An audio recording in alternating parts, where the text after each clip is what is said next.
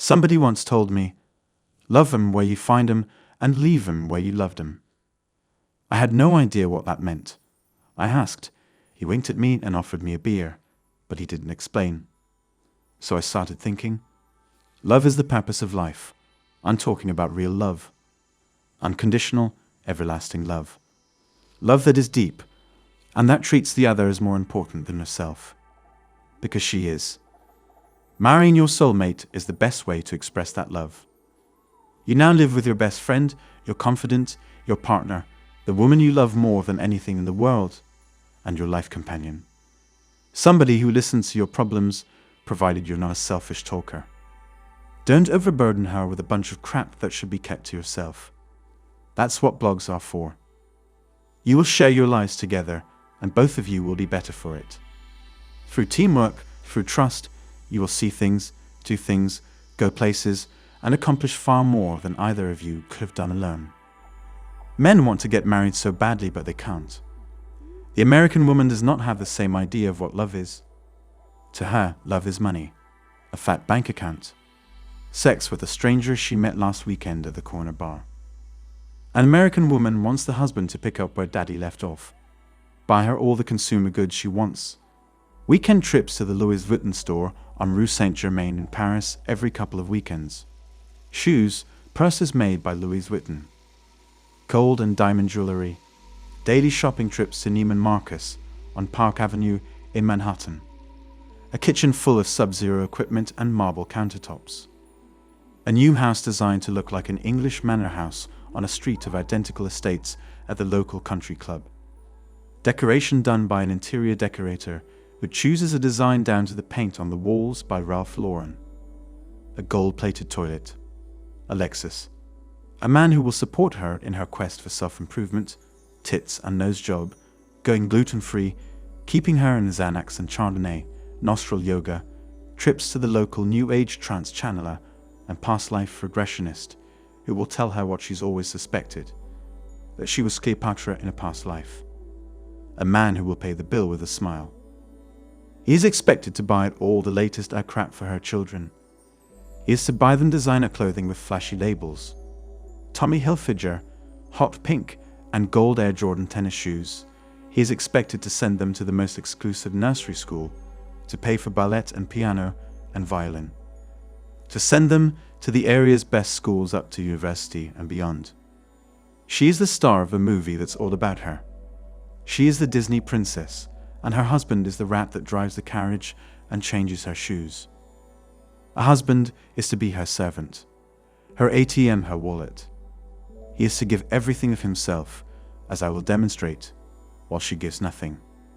He is to work full-time, 80 hours a week for a salaryman, and contribute 50% to all chores and all housework and tending to the children.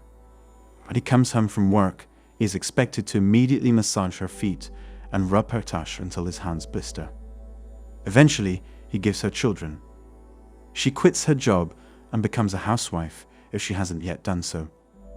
Her days are occupied by sitting on the couch, watching Oprah Winfrey and all the soaps while eating bonbons and drinking mimosas. 75% of marriages end in divorce. 80% of those divorces are filed by the woman. The divorce happens soon after she loses the tingles. When the husband walks into the room, does nothing and says nothing, she resents his breathing.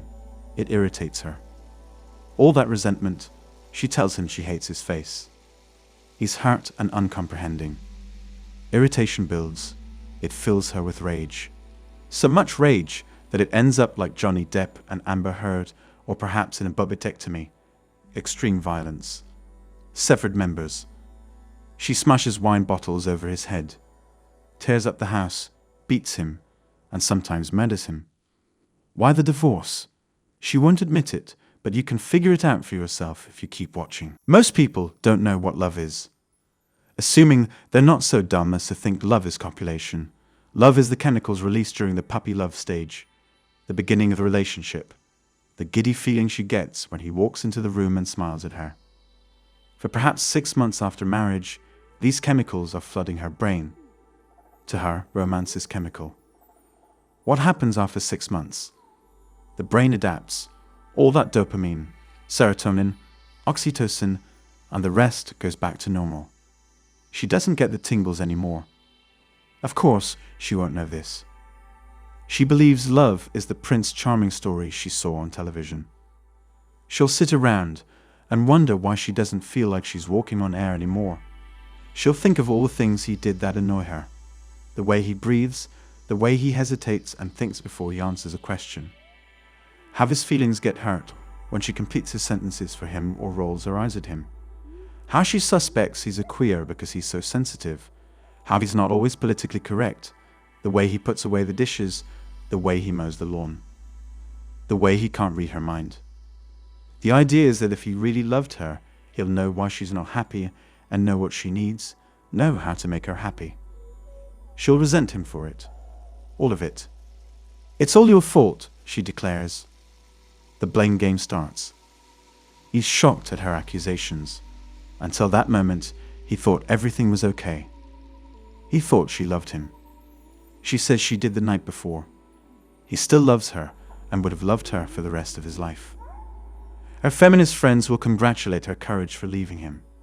They will give her toasts and dinners and nights out sutting up the town at all the bars. She will be a heroine. The turd on top of the shit cake is that she gets it all. In nearly every courtroom, the woman gets everything.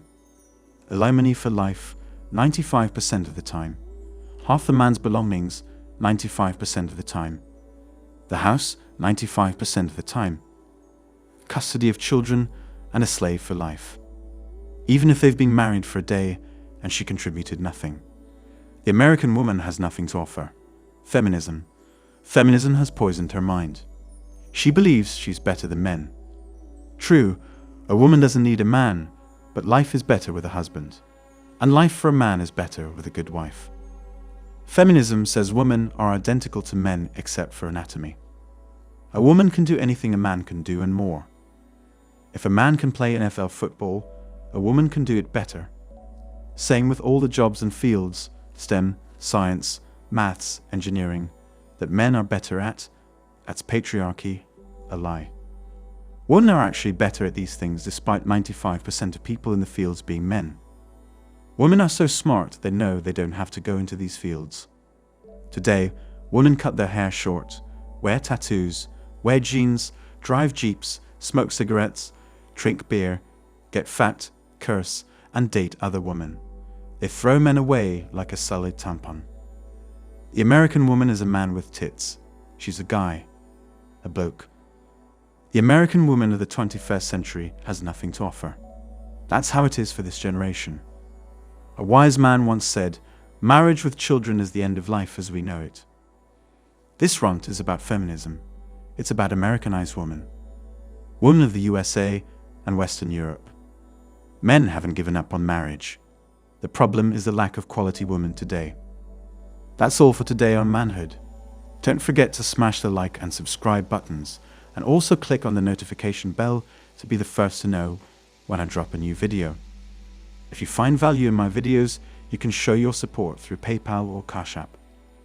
The links are in the description. See you next time. Cheers.